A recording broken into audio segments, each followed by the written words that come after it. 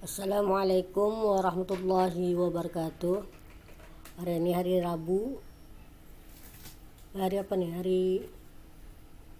Hari Rabu. Kita nih belajar pelajaran shalah, yaitu tajuknya rukun sembahyang.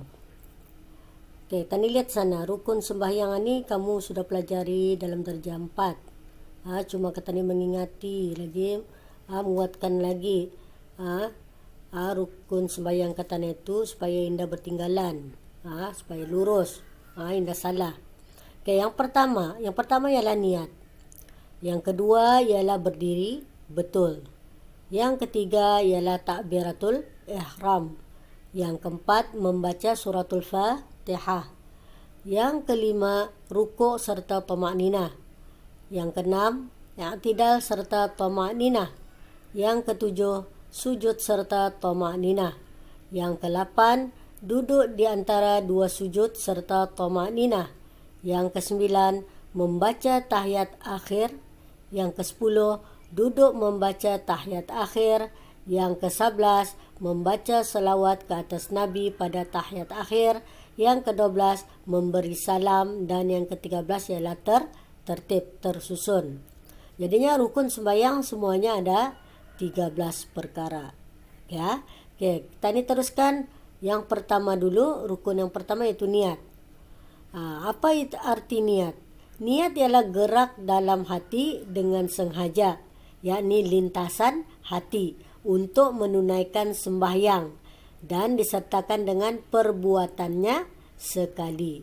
Artinya niat ini gerak hati. Hati kita ni terasa untuk bergerak. Kalau kata ni membaca niat. Apabila kita ni terutamanya bab menunaikan sembahyang, dan disertakan dengan perbuatannya, cara-cara sembahyang itu sekali. Yang kedua, tempat niat. Di mana tempatnya niat ini? Tempat niat itu di dalam hati. Artinya bukan di mulut.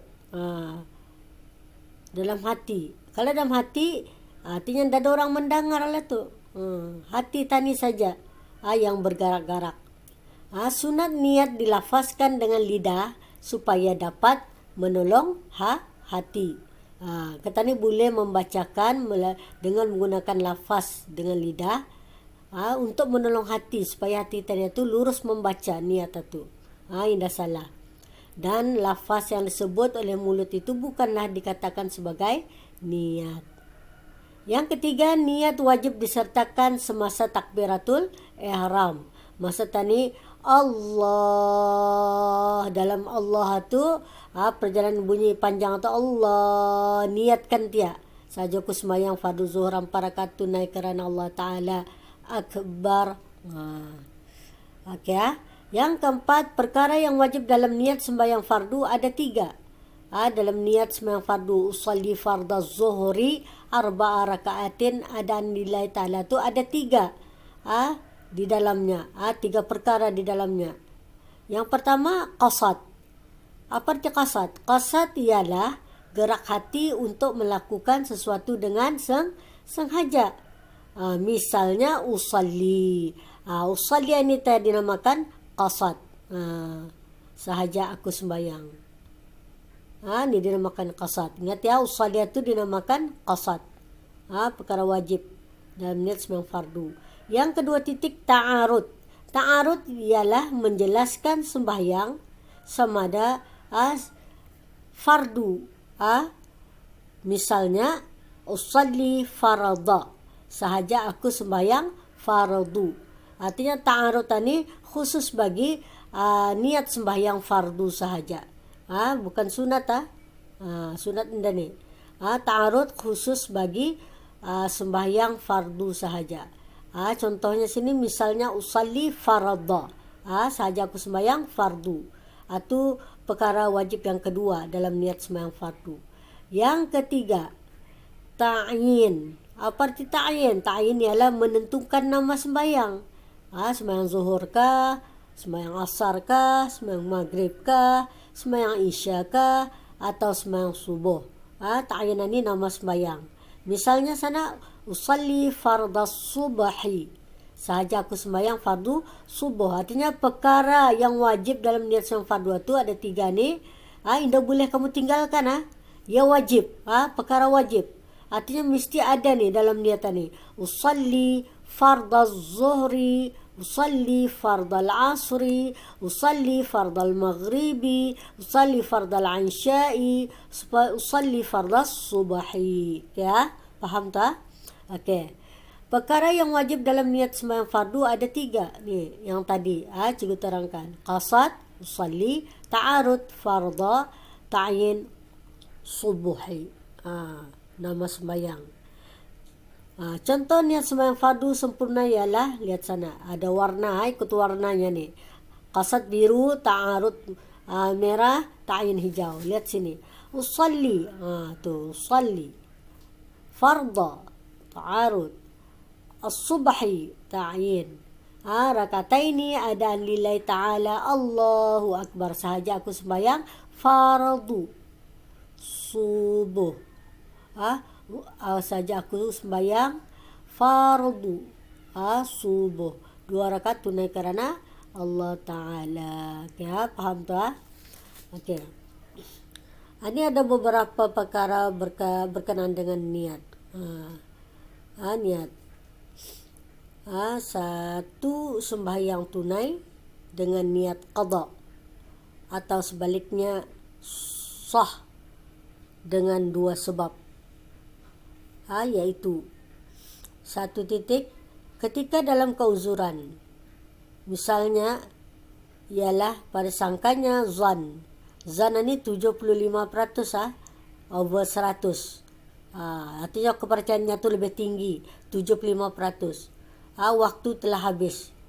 Disebabkan awan tebal, ia pun sembahyang dengan niat qada. Kemudian ternyata masih ada waktu lagi. Ia menganggap melihat awan tebal itu sembahyang fardu, katakanlah fardu asar itu sudah habis. Di qadanya saja. Ternyata cuma awan tebal. Bukannya masuk waktu maghrib, masih lagi waktu asar, cuma ditutupi oleh awan tebal itu, ia tak menyebabkan cuaca tu mendung macam malam. Jadinya ia pun niat sembahyang qada. Rupanya ternyata masih ada waktu asar. Jadinya macam mana? Itu yang pertama, masalah pertama. Artinya ia sembahyang tunai tetapi niatkannya qada. Kan pikirnya tadi waktu asar habis, niatlah usalli fardal asri qadaan, usalli fardal asri 4 rakaatin qadaan lillahi ta'ala, dia qadanya, padahal waktunya masih lagi ada. Ini maksudnya sembahyang tunai tapi niatnya qada. Yang kedua titik, ketika tidak di dalam keuzuran. Misalnya pada sangkanya zan yang di 75%, waktu masih ada. Sangka waktu itu masih ada 75%. Ia pun sembahyang dengan niat adaan yang ditunai. Kemudian ternyata waktunya telah luput. Tadi terbalik. Terbalik. Tadi yang data 1 disangkanya waktu itu habis sudah. Ternyatanya belum. Yang kedua ni sangkanya waktu itu masih ada. Tapi ternyata rupanya sudah habis waktu itu. Maka sembahyang itu adalah sah kerana adaan dan qadaan boleh membawa maksud yang sama dari segi bahasa Arab, yaitu menunaikan sembahyang. Tetapi jika ia berniat sembahyang adaan atau qadaan bukan disebabkan uzur dan tidak dikendaki maksudnya dari segi bahasa Arab, maka tidak sah sembahyangnya kerana berniat mempermain-mainkannya. Keuzuran ini bukan sakit. Keuzuran ini macam ia indah tahu keuzuran ini indah tahu. Ini sini ketika tidak dalam keuzuran, artinya ia tahu nih. Ia tahu, sangkanya tahu. Uzur itu bukannya uzur head, uzur sakit bukan. Keuzuran maksudnya sini ia sangkanya tu tepat macam baginya tepat 75%. Okey, itu masalahnya. Kemudian perkara yang wajib dalam niat sembahyang sunat ada 2. Sembahyang sunat tadi sembahyang fardu ada 3. Sembahyang sunat ada 2 seperkara wajib. Niat sembahyang sunat yang mempunyai waktu seperti sunat rawatib dan sembahyang yang mempunyai sebab seperti sembahyang meminta hujan dan gerhana, maka wajib 2 perkara, yaitu qasad dan ta'yin. Dan sunat hukumnya menyebut perkataan sunat itu. Kalau sembahyang sunat cuma 2 saja, qasad dan ta'yin. Ta'arud nada, ta'arud untuk sembahyang fardu saja. Okey. Nina, niat sembahyang sunat yang mempunyai waktu dan mempunyai sebab ada 2 perkara. Qasad usalli, ta'yin subhi. Contohnya lihat sana warnanya. Usalli biru, sunat subhi hijau. Artinya 2 saja. Sunat ini nada. Bukan ta'arud ni Usalli sunat subhi raka'ataini lillahi ta'ala. Saja aku sembahyang sunat subuh 2 rakaat kerana Allah Ta'ala. Yang kedua, niat sembahyang sunat semata-mata, maka wajib qasad saja. Kalau sembahyang sunat semata-mata, tidak ada nama sembahyang atau tidak ada. Nina, usalli raka'ataini lillahi ta'ala. Nampak? Tidak ada kan nama sembahyang? Saja aku sembahyang 2 rakaat kerana Allah Ta'ala. Ia cuma ada 1 saja, usalli. Nama sembahyang tidak ada. Itu namanya sunat mutlak tu. Faham tu? Okey, itulah tajuk pelajaran soalah untuk ketani hari ini. Harap-harap kamu paham. Kalau tidak paham, ulang lagi balik video cikgu tu. Okey, sampai sana dulu. Wallahu a'lam bishawab dan terima kasih.